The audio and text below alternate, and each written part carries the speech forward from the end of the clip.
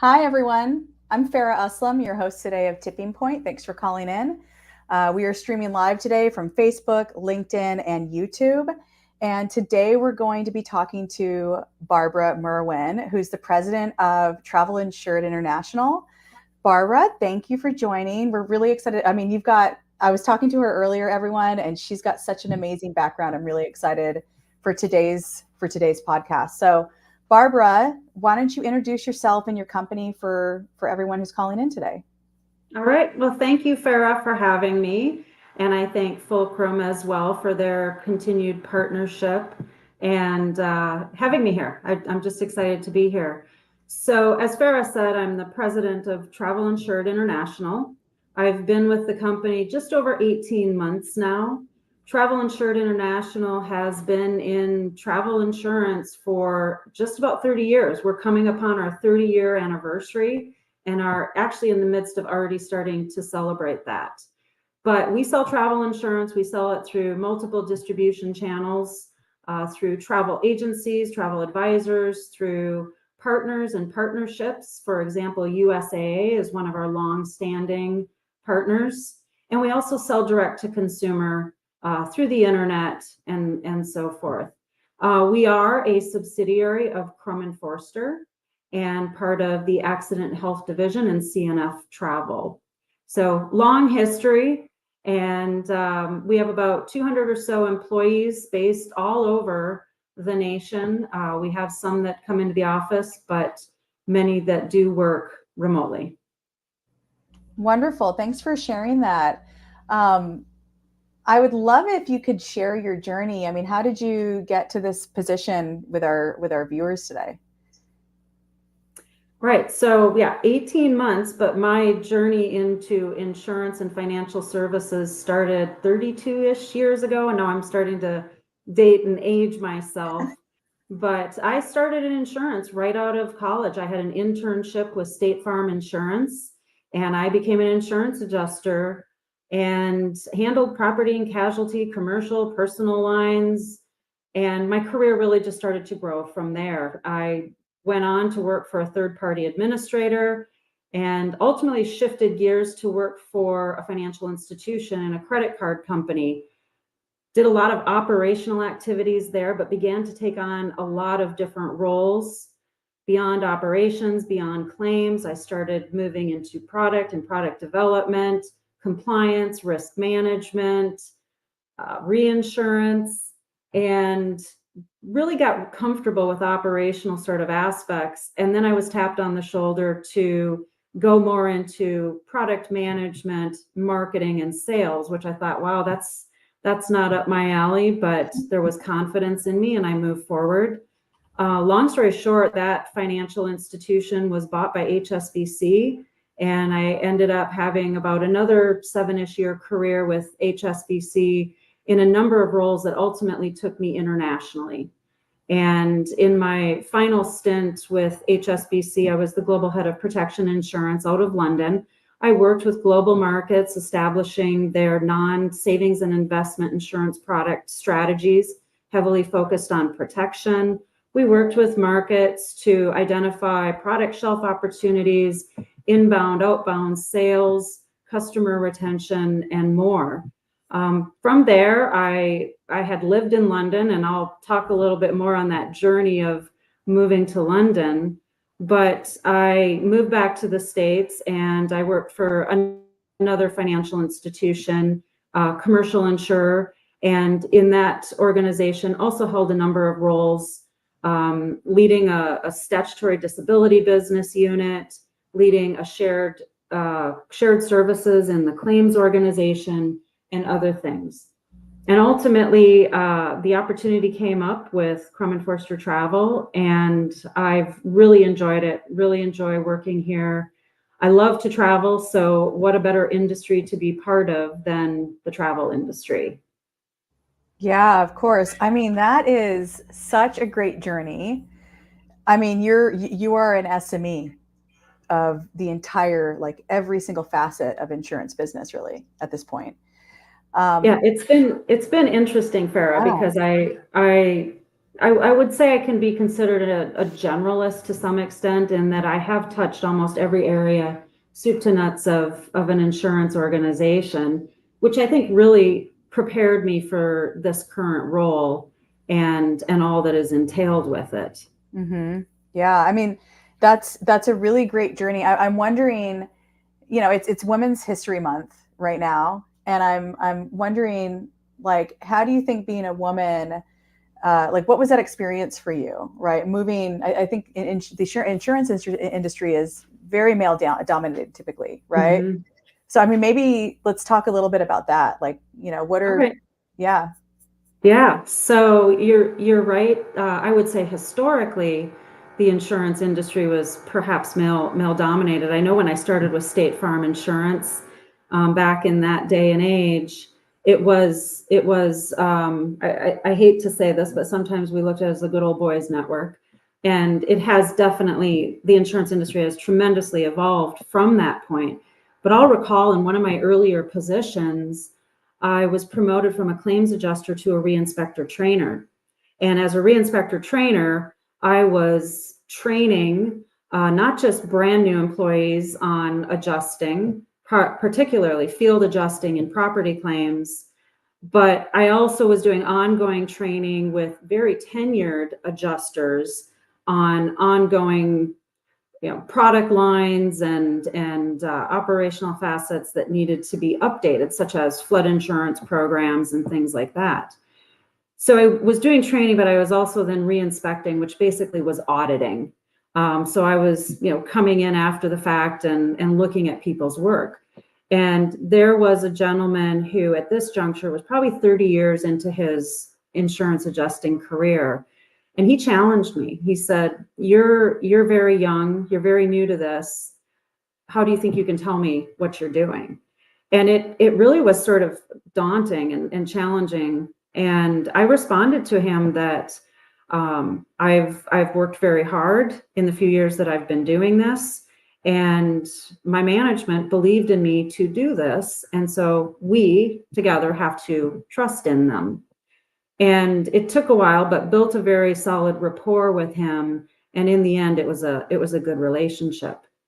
So that's kind of how I got off the foot, off the gate in terms of insurance. And throughout though the 30 some years, I have to say, every organization that I've worked with has been different.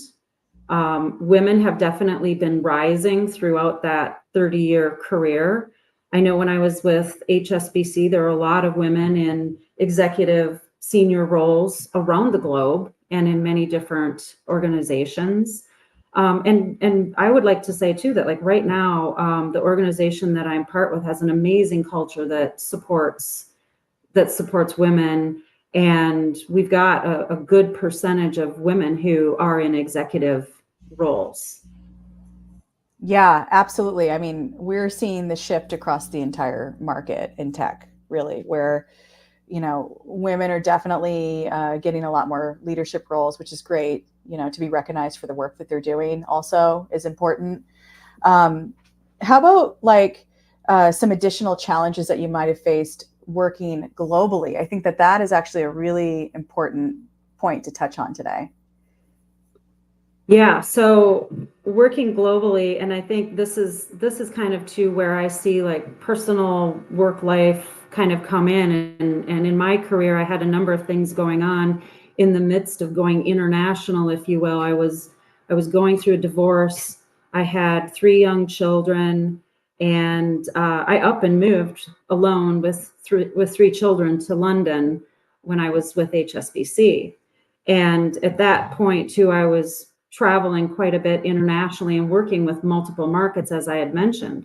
What was interesting about that was I had to learn that every market and its different cultures had different ways of working. And it was different ways of working with women, but also just different ways of working in general.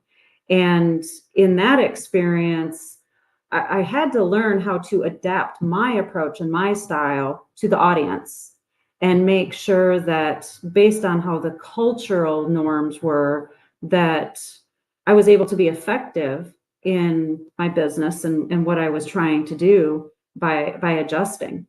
but it did definitely highlight to me in many markets that where women are in leadership and executive and careers, as well as the interaction between men and women still, um, it varies country to country, and it's something we have to be aware of. For sure. Definitely. I mean, I've also worked globally, and it's interesting actually, how you have to adjust yourself because you have to. I mean, you have to adhere to the cultural norms of different countries. Otherwise, they don't want anything to do with you, quite frankly, right? You seem too foreign to them. And then when you layer on being a woman, it's even a little bit harder, because of what might be expected in that country or not expected. It's definitely an interesting topic working globally as a woman. It's something that's really near and dear to me, actually, because I've done that quite a bit. So you touched on your 3 children and moving to London and doing it on your own. I mean, that is like talk about that. That sounds like incredibly difficult and hard, but obviously you survived it, so that's good. I look back now and I think, gosh, what was I thinking? Was that crazy? I sold everything in the States and moved Wow. across the pond. And at the time, my children were 2, 8, and 10. So the 2 older children were in school full time, and they look back at that time as an amazing learning experience, experiencing different cultures and meeting people from around the world was amazing to them. But having a 2-year-old, I had to find a nanny, and I had to find a nanny who was going to be able to support the 3 as well as my crazy travel schedule. And I would say without that support, and she's still a dear friend to me, Oh yeah. it would have been impossible trying to balance the work, the demands of that, as well as the 3 young children. And Farah, I think when we talked last week, I was telling you that there's always a level of guilt. There's always a level of guilt, even still today, of how am I balancing my time and ensuring that my family and my children are afforded my attention and spending time with them, helping them with the things that they need, with the aspirations and the busyness that I have going on with work and with travel. Yeah, I mean, it's that feeling of having to be 100% for everyone all the time. It's that pressure that I think women typically we bear it alone, actually. So on that front, during that time, I mean, you had a nanny, but did you have anyone in your network, like maybe advisors or, you know, anybody that was around you that helped you through that? Absolutely. I think, some of my advice in terms of women who are coming up and determining what their aspirations are and what they want to ultimately do with their career. One of the things that I think is extremely important is finding mentors and finding who your allies and your stakeholders are, right? And building those relationships. Those relationships are so valuable. So I did have that in moving overseas. The boss that I had at the time and brought me over was definitely somebody that I could lean on, and I could share things with. But you also find you have to have a friend network. You got to have your girlfriends that you can go to.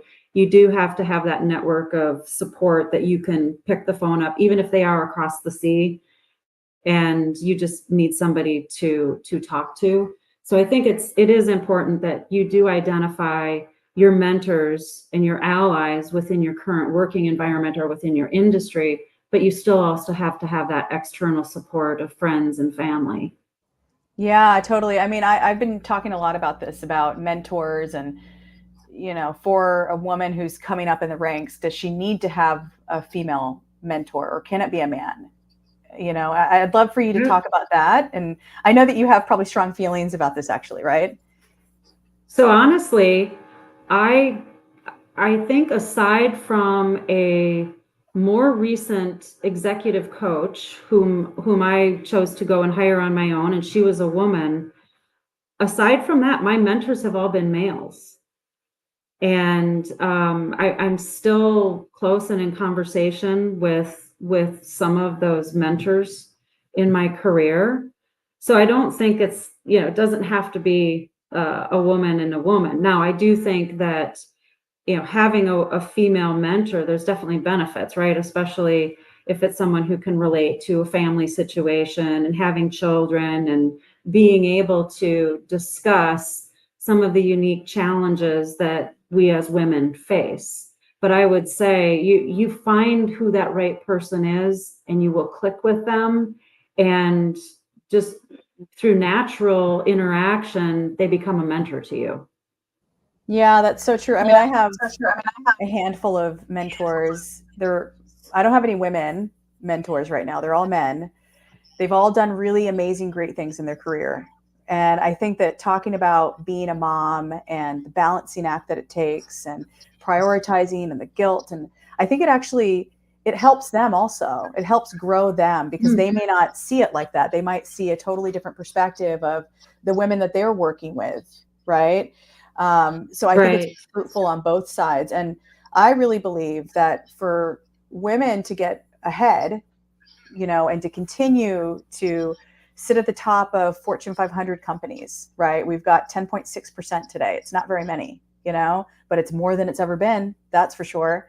To continue to push forward and, like I said, be noticed for the work and applauded for the work that we're doing. It takes everybody. It's not just women that need to band together. It's also our brothers that need to band together with us also, right? Right. You bring up an interesting point that, well, we are looking to gain wisdom and guidance and advice from who may be a male mentor. They're getting something out of it too, right? It is a two-way conversation. It is a two-way street, and it does give them a greater perspective on what we as women are often dealing with and are challenged with, that hopefully they take that, right? And it helps them going forward as well.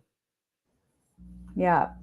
So why don't you talk to me about like what you're doing in your ecosystem, to help promote women? Like what are you specifically doing? So I know I could do more, and this is part of my big challenge is my work-life balance and having time for things outside of my daily responsibilities. But I do try to always maintain an open door. And as I am building relationships with women, either within my direct organization or other organizations, offering my time, schedule a meeting with me if you want to have a conversation, if you want to talk about what's challenging you, or talk about my story and what worked for me, what hasn't worked for me. I know most recently in February, I had the opportunity in Pune with Fulcrum to talk to 80 some women, I think, about some of the challenges that they are facing, that we as women face. So just opening myself up to those opportunities. I do know too that there are a handful of women that I have worked with throughout my career that I've continued to stay in touch with. And then they become part of that network as well. There are some associations that I have partaken in the past, Professional Women in Insurance and some others. And now I'm going to feel guilty about not continuing to participate in a number of things, and I'll work to fit that into my busy schedule. No, don't feel guilty. I mean, it's hard, right? I mean, that's part of like being a woman, is that we are balancing a ton of things, so you shouldn't feel bad. Right. Talk to me about this talk that you did at Fulcrum Digital in Pune. What were the challenges? Like, what were some of the things that the audience asked and that they said that they had challenges with? Like, let's hear about some of the solutions. Yeah. So I shared with them much of what I've shared with today about my career path. I think something that I made them aware of is that my career path in particular, and I don't think anybody's is a straight trajectory in a line, right? You're not like going up, up, up, up, up. And throughout my career, I've gone from being individual contributor to being a leader, and then stepping back into an individual contributor role, and that's been back and forth throughout my career, and it's allowed me at each juncture to kind of step back and rethink about and reflect on where am I at in my career and what do I want to do next, and move forward in that light. But my career has definitely been a winding uphill, downhill journey, and that's okay, right? So I impress that upon everybody, and I talk to them about some of what are my kind of key guiding posts, if you will, I guess nuggets of advice. And I mentioned already having a mentor and having stakeholders and allies. Another thing that has been part of my career for years now, I want to say maybe 20 years, is this concept of having BHAGs.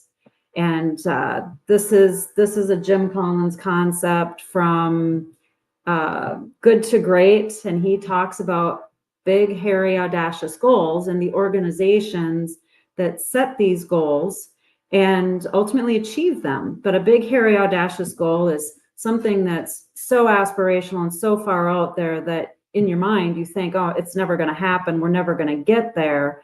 But you are continually moving towards that on an ongoing basis.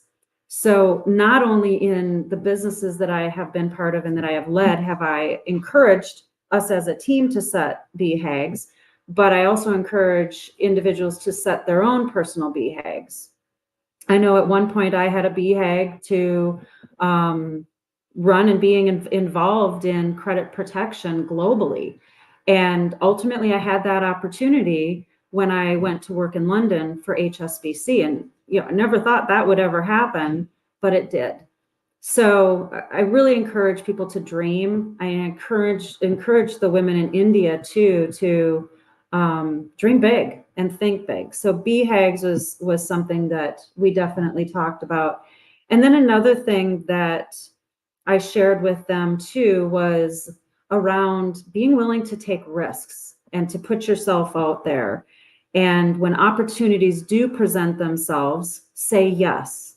So it's important that we drive our own careers and that we have those aspirations and we take ownership for the things that we need to do to get there. But we will be fortunate along the way in our career to have somebody come and tap us on the shoulder every now and then and say, hey, what about this? I think you'd be great at this. You should try it. And those are the opportunities that we should, even though how scary it might be something that's outside of our comfort zones, we should absolutely say yes. And so I encourage that we are kind of taking those risks. So those are some of the key concepts.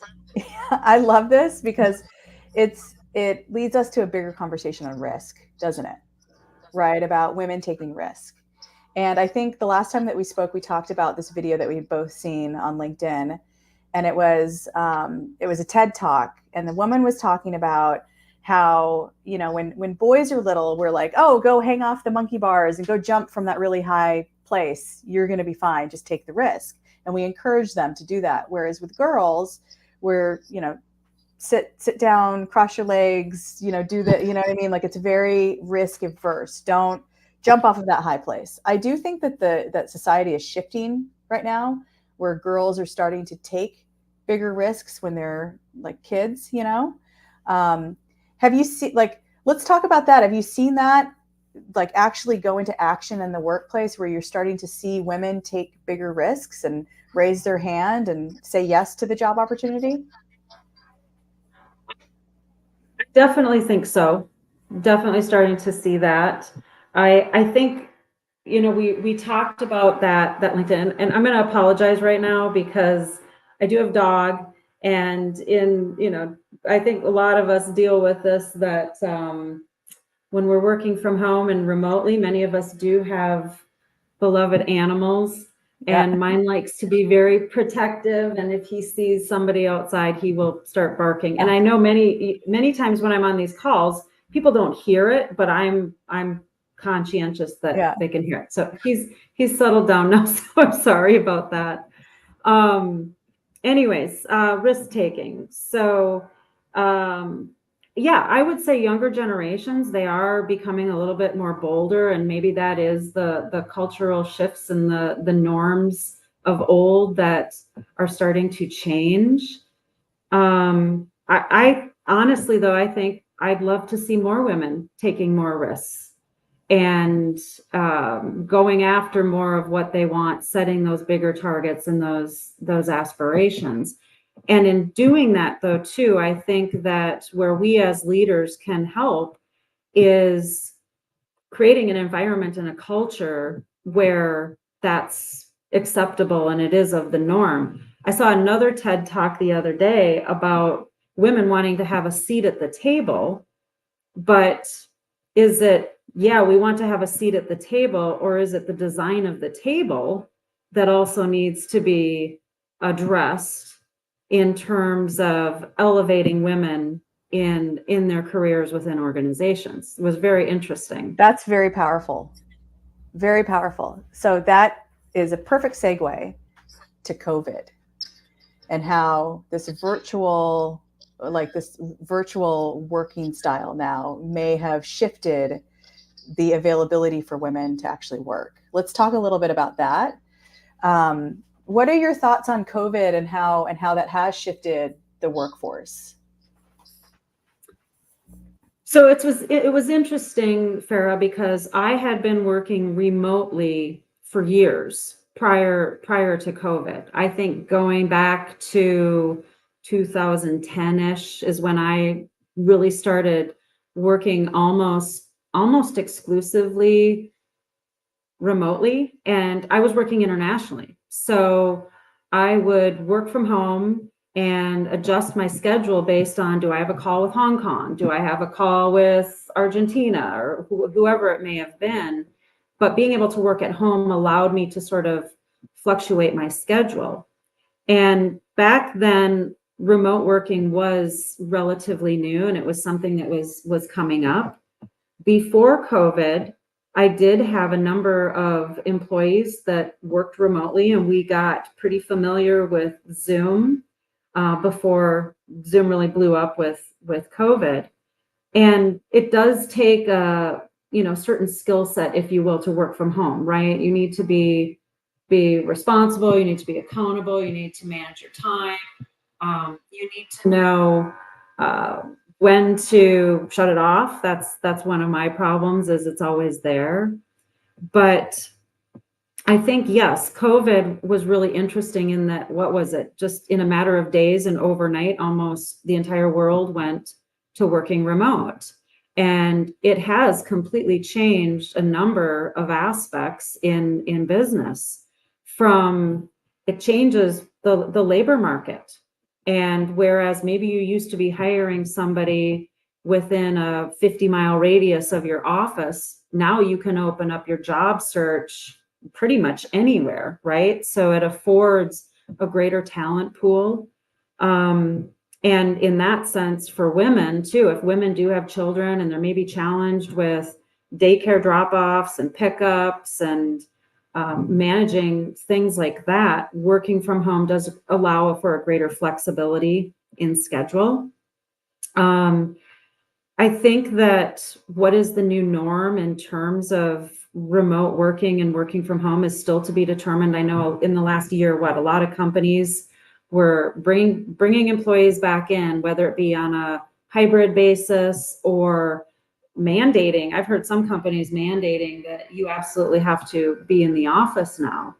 And it also, I think, becomes sort of a key selling point for employers when they do provide the remote work environment, and that is what the employee is looking for. But on the flip side too, there's also conversations I know that we've been having in our organization of how does a career path and a progression alter when you are working remotely. You know, I go back to when I started with State Farm back in those days, and I was going in the office every day, and you could pop over the cubicle and talk to your colleagues and your coworkers about what you were learning or uniqueness of a claim, etc. That's challenging, right? You don't have that ease. Yes, you can team somebody or Zoom somebody, but building that camaraderie and that colleagues, going out for drinks after, going out for lunch, and that's where you also start to meet your mentors, right? That's where you start to form some of those relationships.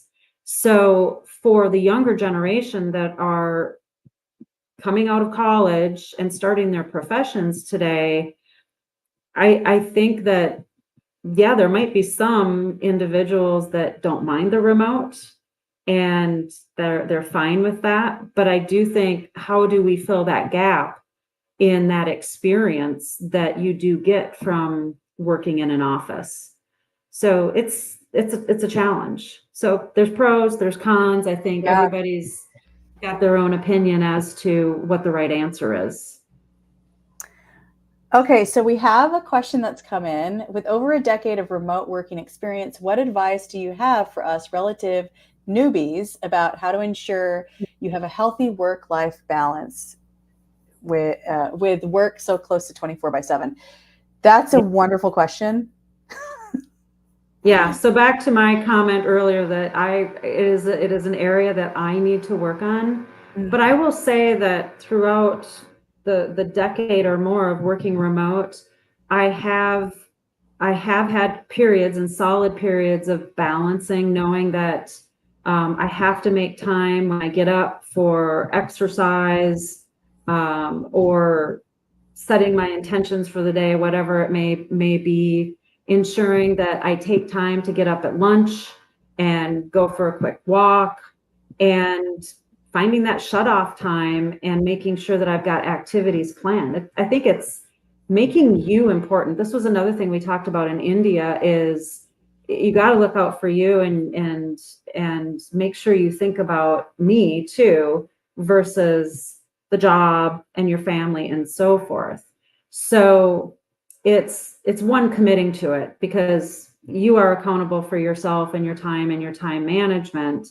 I try to block off on my calendar. I know my admin tries to do it and tries to hold me to it, and I'm still not good at it, but I'm going to work at it.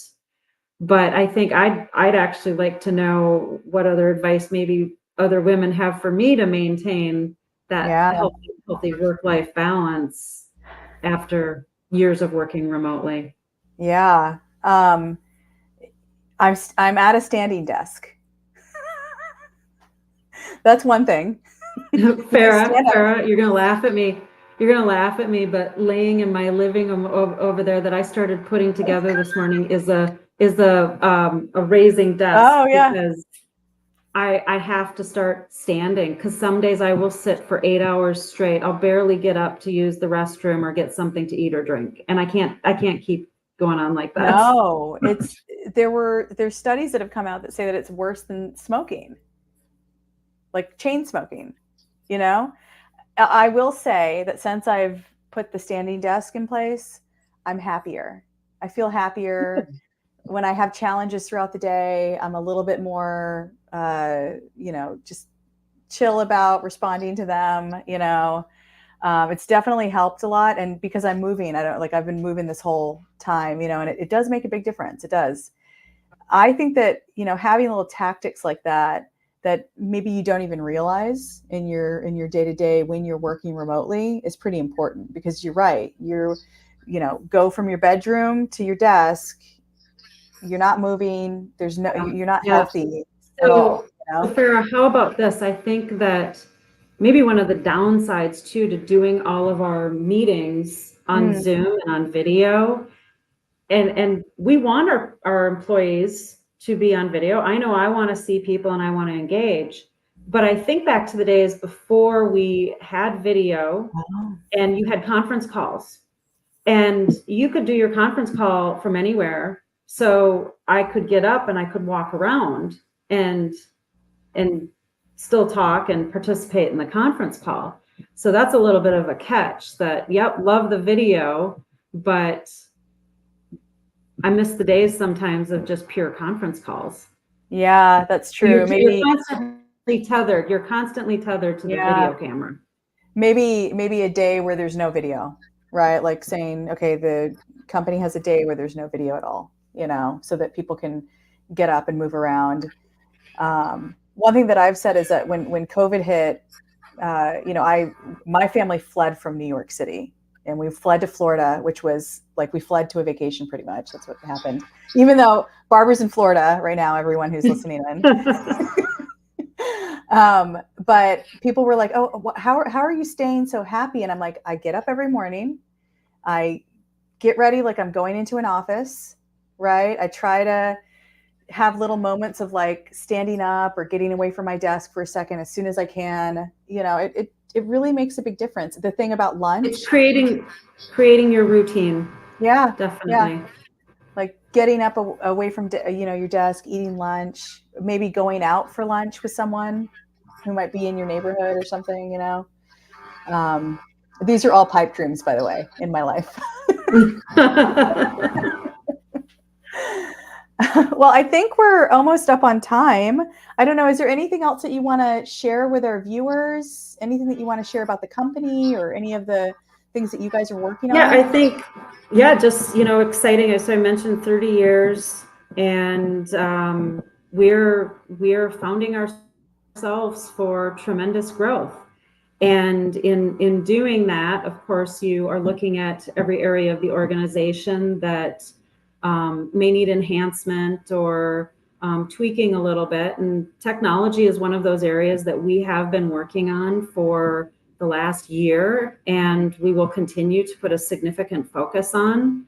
I think that I have this vision for our organization and really industry around the concept of low touch, no touch, being our customers' hands and feet.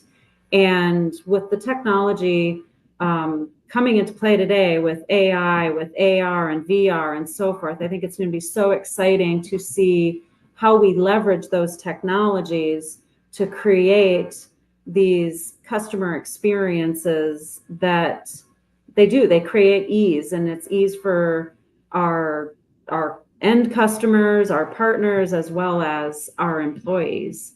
So that's a big thing that we are working on right now is moving towards that vision and moving towards the ability to be prepared for significant growth.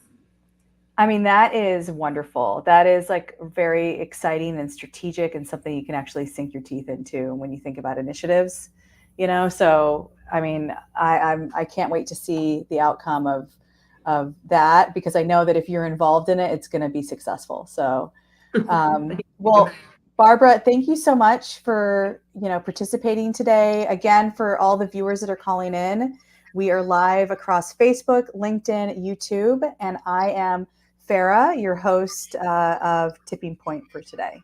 Thank you, Barbra. All right. Thank you, Farah.